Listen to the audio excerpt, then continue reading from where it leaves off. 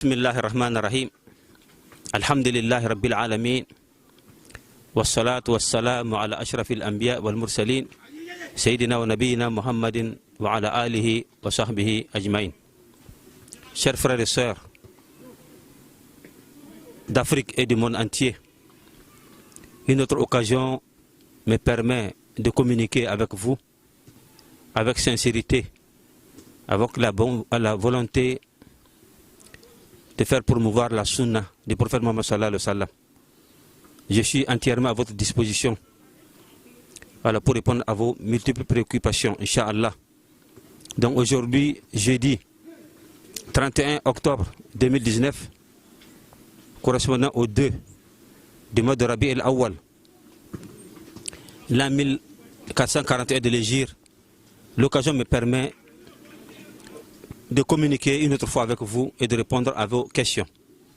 La première question vient du frère Saban Guiré de la Côte d'Ivoire à Bouaké. Il dit que sa question est la suivante.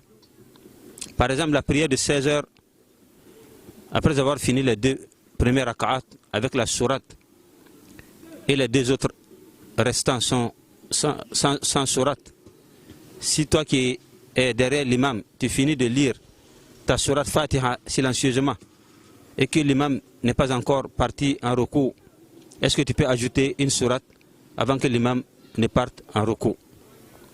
C'est ça la question du frère Saban Guiré à Bouaké en Côte d'Ivoire.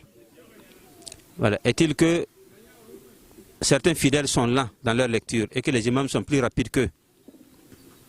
Alors dans ce cas, les deux premiers rak'at qui exigent après la lecture de la Fatiha de lire une autre sourate, si ça t'échappe, les deux sourates en tout cas t'échappent, et que tu gagnes les deux derniers rak'at avec l'imam, alors donc les deux derniers rak'at avec l'imam sont les premiers rak'at du fidèle qui est venu en retard.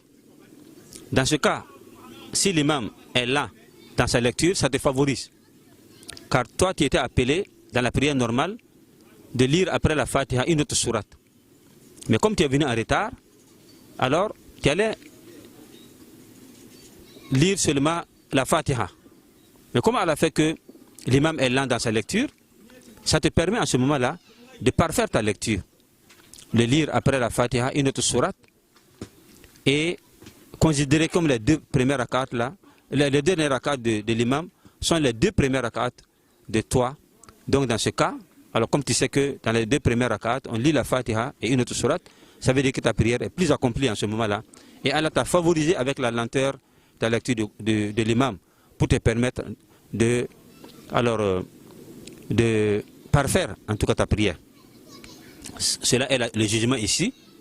Alors qu'Allah nous assiste et nous guide toujours sur le droit chemin.